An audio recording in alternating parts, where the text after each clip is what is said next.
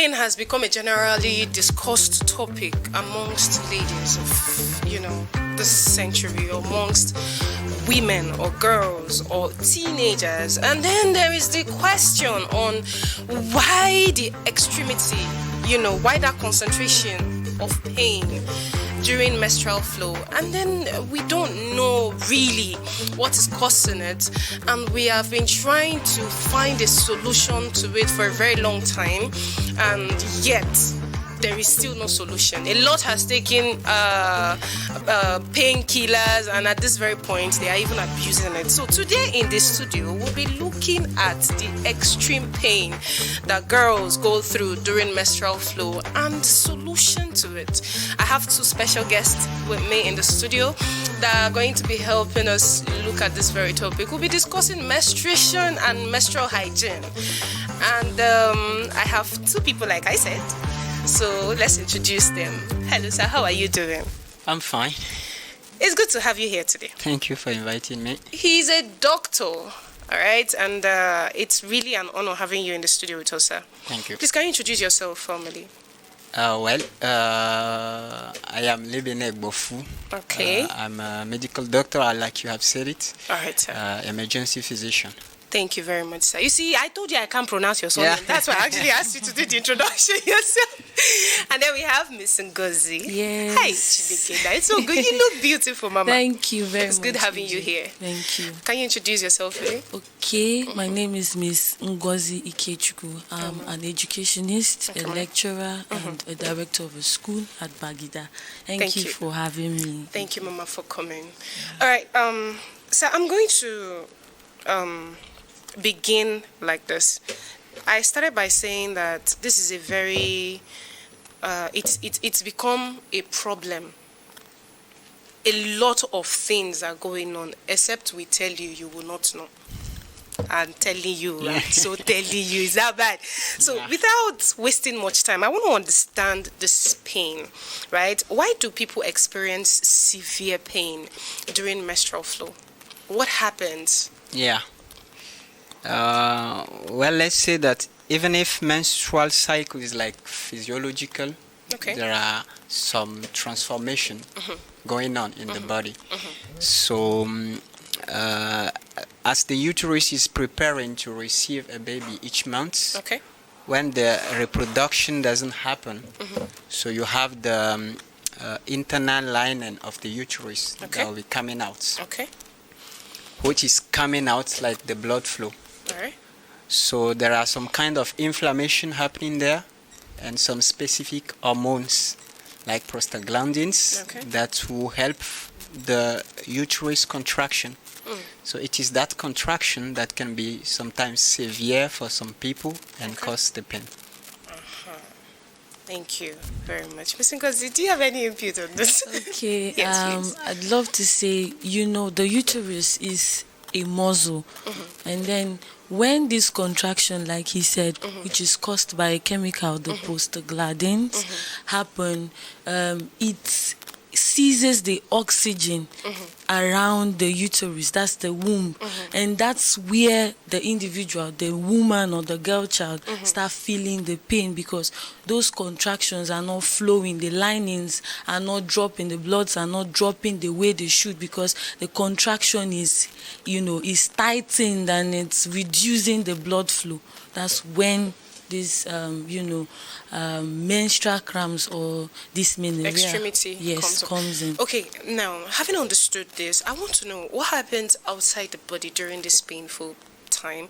I'm facing you more because you're a lady, and then you have maybe prior experience, probably with students alike or friends.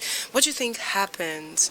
What are the what happens during? So I'll give a practical example. It's just like when you have an injury and then you get to tie, the spot, the muscle, where that injury happens, or just your muscles in general.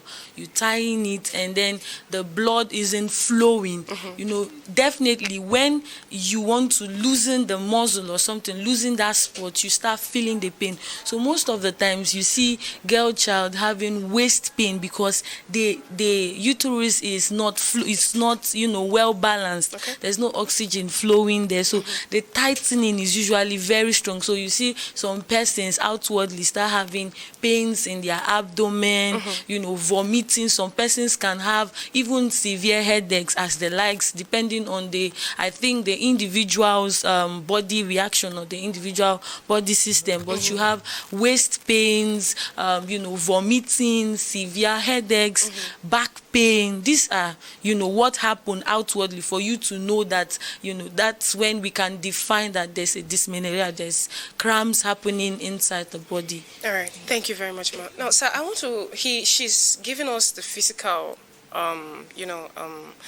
physical, I'm looking for a word, happening in the body as at when the pain is going on. Now, I want to understand psychologically, most of us, we go through mood swings, etc.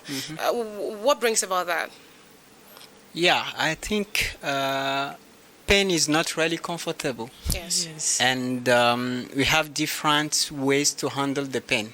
Yeah, pain is still the same, but based on either our cultural backgrounds or how we use to our experiences, we don't handle the pain in the same way. So some people who handle the pain like kind of it will pass, but others will react more severely to that pain, and it can influence their mood also. Yeah. All right. Now, this intense or severe pain, is it normal? Well, if you say intense or severe pain, severe is not normal. Severe is not normal. Yeah. Let's say the pain really in itself is not even normal, because we shouldn't have pain when you have menstruation. Okay. But usually we have it because of the high level of this chemical that we talk about. Okay. But also it's important to precise that you have like two kind of pains. In general, or most cases, you have some ladies that doesn't have any underlying challenges or gynecological problem. Okay. So you can try to classify it like the primary dysmenorrhea or menstrual pain. So that means you don't have any medical condition underlying the pain. But also in some cases you have some medical problem, some gynecological problem, some pathology that can explain also that pain. So in both cases the pain can be very severe, and in that case is not normal. So any pain that is becoming severe should require medical advice. Okay. Ms. Ngozi, what do you think? Yes. After Ms. Ngozi's response, we'll be taking a look at some of the comments, from people that actually experienced this or were experiencing this as it when, such videos were being played. But it was on TikTok, so we were able to get some comments from people. So after her response to this particular question, we'll be looking at those comments. Yes, please come. Okay, just like Dr. rightly said, this when something is severe, definitely it shouldn't be normal.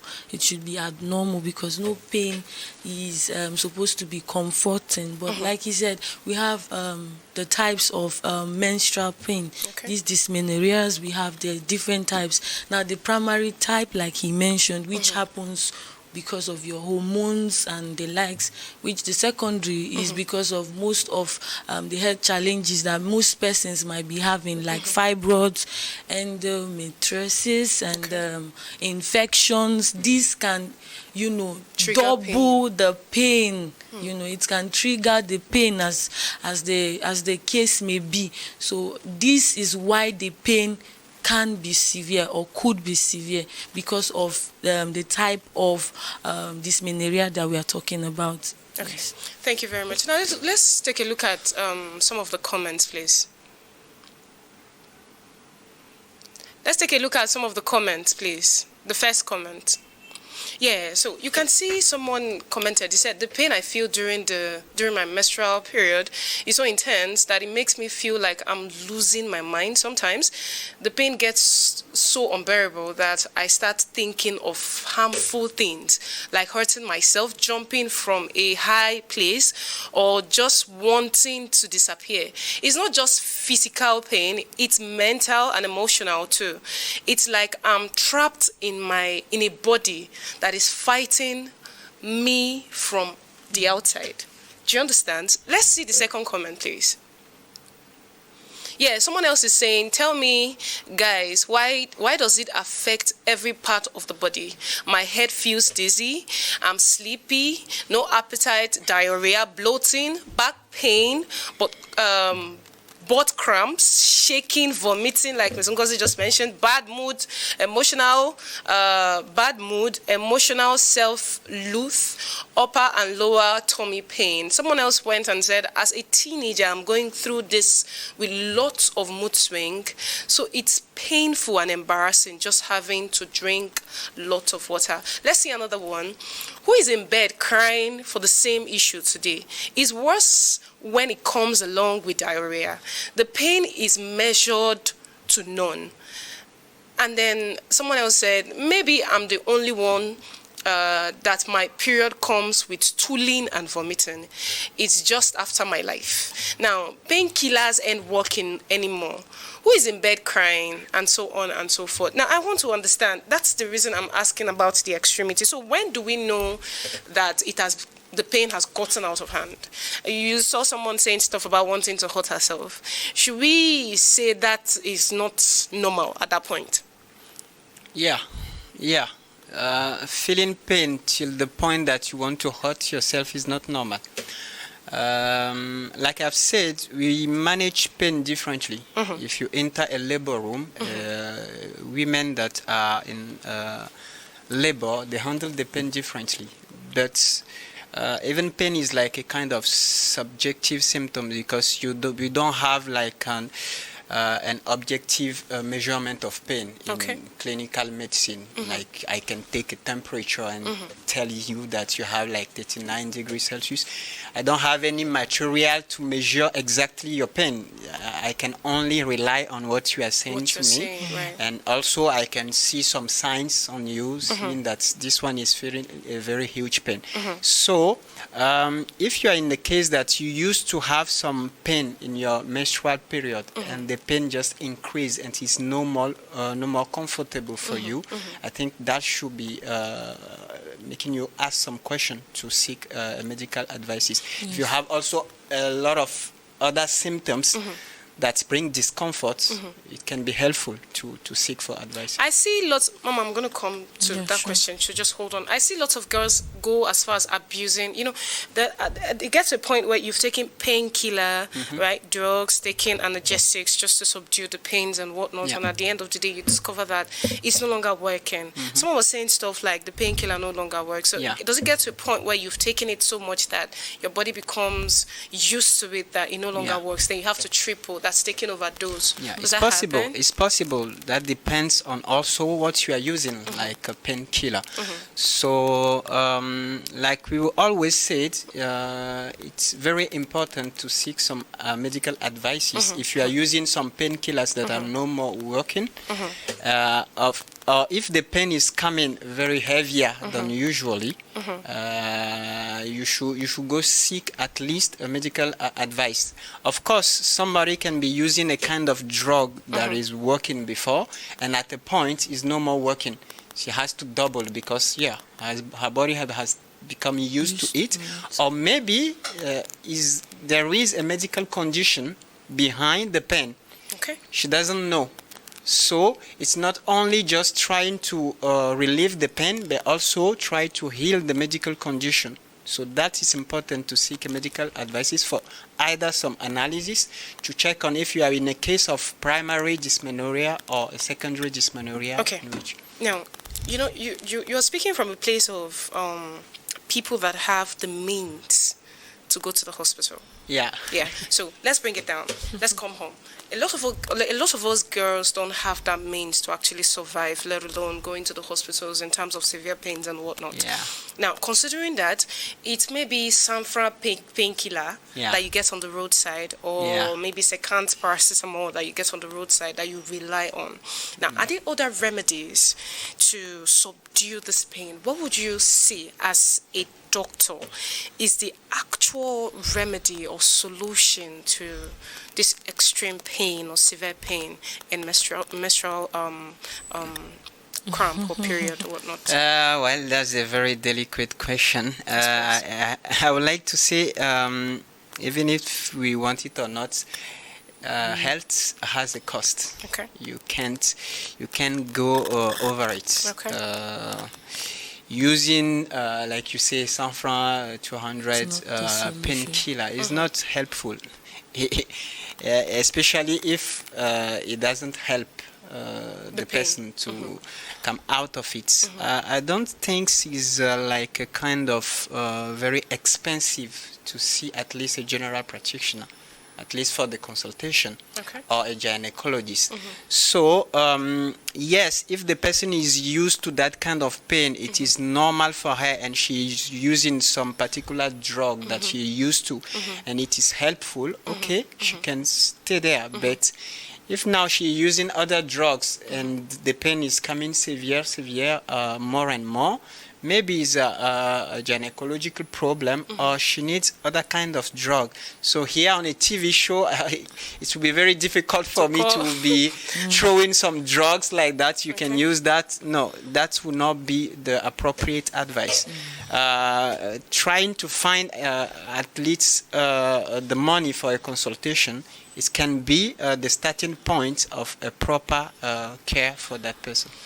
All right, sir. Thank you very much. Ms. Ngozi, what do you have to say with regards to this? Okay, he has said it all as a medical practitioner. I feel like health is quite expensive. It's unfortunate that the part of the world where we find ourselves, where the healthcare services are not free. Yes. Like he said, most of the times these consultations shouldn't cost a lot, but I don't know. But like I said, like he said, it depends on the dysmenorrhea that you're trying to treat. Like I read the comments with you. Most times it's our mind also, because that's how you would get used to pain, that once is that time of the month, your mind is already preparing you to receive it. Because I can use myself for example. I remember when I was quite young, I used to have pains that I don't even leave the house most of the time. And even on a normal school day, I notice maybe when I am too busy, those pains don't come because my mind is busy. Like sometimes I'm not saying yes, I'm engaged to something, so my mind is busy, so I don't feel the pain. But I notice when I'm less busy, or when I'm back home from work, that's when the mind starts, this thing is coming, I should prepare myself and the likes. But like he said, they might not be it's not every time we should use the drugs. Like you said, most times these painkillers don't work. There are other ways to control these menstrual pains. You can have quality rest, because most of the times this pain is also caused by our lifestyle. Our eating habit. Most persons eat junks. They eat a lot of, you're preparing to shed these linings. You should prepare your body as a girl child. You should prepare your body. Eating lifestyle as a way of affecting your system to these dysmenorrheas. So you taking, instead of eating junks, I think people should invest, girl child should invest in fruits or foods that are rich in magnesiums. That would help you build the strength to fight this pain, because for some persons it's hormonal. It's just in them to have this pain until maybe some things get fixed in their system. So I would say it is better to know your life, know yourself as a person, and then if it gets severe, visit the hospital or something. Now, poor menstrual hygiene, you've touched the lifestyle in terms of eating. I want you to focus on the menstrual hygiene. Are there poor menstrual hygienes that could actually lead to extreme or severe pain during menstrual flow? Yes.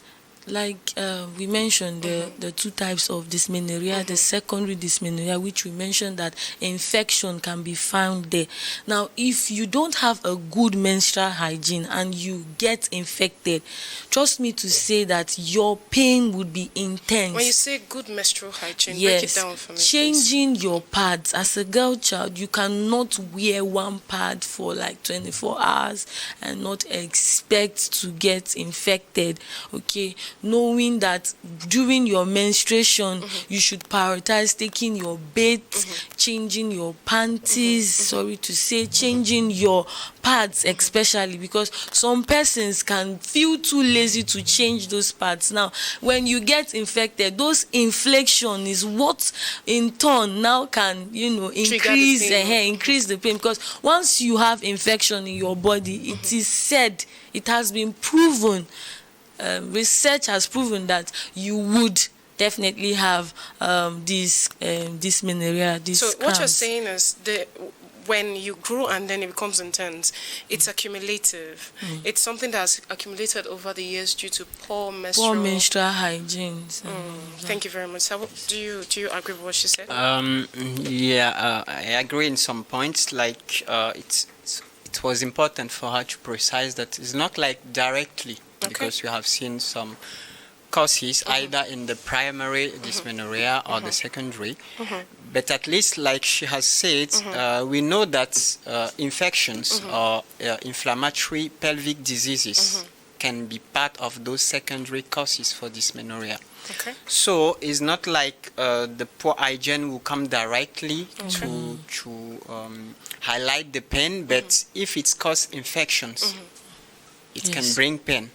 And for somebody that is already suffering of pain, it can add some more pain. So hygiene is a big topic also that we can talk about. Exactly. We would visit hygiene next time. Now, finally, before we wrap up this session, let's talk about the myth. Some of the myth. There's this very common one that once someone that is experiencing severe pain is able to give birth, the pain automatically stops. How true is this? Automatically, no. I would say no. But I can say yes or no. Some people can find a little relief of the pain after the childbirth. Because in some cases, if you talk about the primary dysmenorrhea, you have what you call some risk factors. She was talking about poor diet. It can interfere in the occurrence of the pain. But also you have some ladies that have a premature puberty or that doesn't have yet a baby. So in this kind of cases, after the childbirth, it can help. But it's not automatically. Some people will not feel any kind of relief after the childbirth, especially if you are in a case of a secondary dysmenorrhea. If the problem is the fibroids or the endometriosis or any kind of pathology, we are not talking specifically about them. If this is the cause of the pain, the childbirth will not be very helpful. So let's say some people can find a relief after childbirth, but it's not automatic. Okay, now lastly, before I let you go, the pain,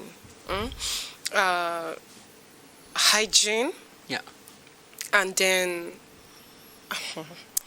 I don't know if we've been able to touch something sensitive in this very particular topic, but I want to see if we could at least ask one more.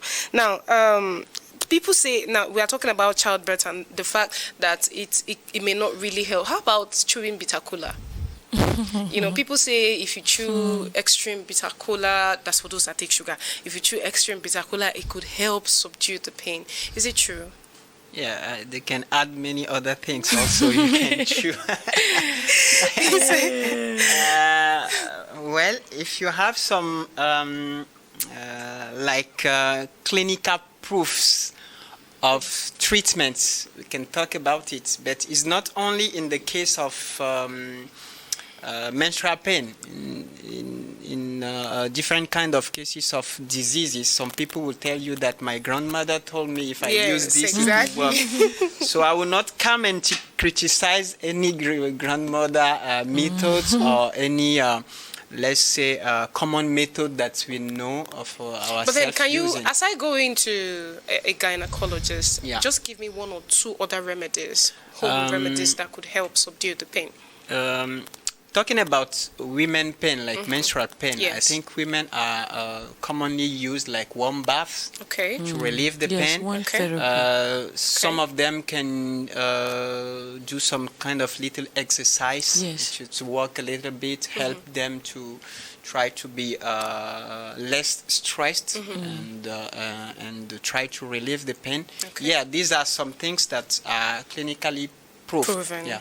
Thank you very much, sir. Ms. Ngozi, finals before we wrap up. Yeah, I just think we should watch our lifestyle, like I mentioned earlier.